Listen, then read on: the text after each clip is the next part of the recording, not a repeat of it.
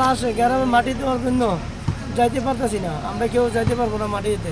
কালকে রাত্রে 1টা বাজে আসামিরা 12টা 1টা বাজে মিটিং করছে জুয়েলের বাড়িতে, আমলিকি লোক জুয়েলের বাড়িতে, হায়দ্রাবাদে জুয়েল মিটিং করছে, শিমুল চেয়ারম্যান সহ, তারপর বক্কর, আসির, তার শরীফ, রফিক, তার অনেক লোকজন বসে মিটিং করছে, আনু মেম্বর বিকাশপুরে, তার অনেকজন মিটিং করছে, বলছে গাইলে নাকি একবারে মেরে ফেলবে। এই জন্য আমরা লাশ মারি দিতে যাইতে পারতেছি না, এখনও আমরা যাবো না লাশের সাথে।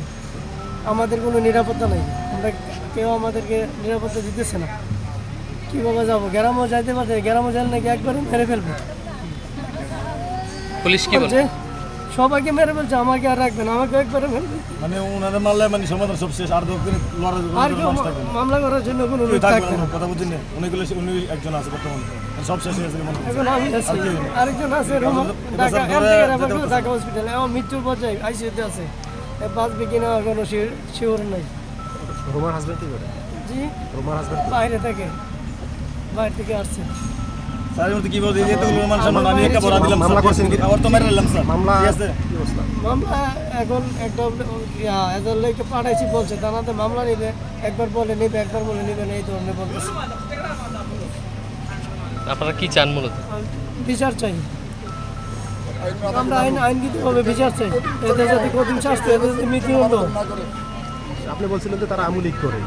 হ্যাঁ, সবাই আমলিকের লোক, যারা এই যে বলছে মাইরা নাকি একবার বলছেন 1 কোটি টাকা দিয়ে লাগবে।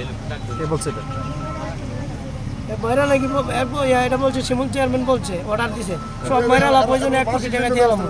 শিমুল চেয়ারম্যান বলছে, বাসির বলছে, চেয়ারম্যান আমলিকের চেয়ারম্যান কাশিমপুরের, তারপর বাসির, শরীফ, জুয়েল পিতা, খালেক, মিথু, সবাই বলছে মাইরা বলছেন 1 কোটি টাকা দিয়ে দিলাম। তো সবাই মারার জন্য চেয়েছিল, তো আমার কোনো মানাই, আমি কোনো মতে পলায় আসছি। কোথায় ছিল তখন? আমি তখন এই বাড়ির কাছেই ছিলাম।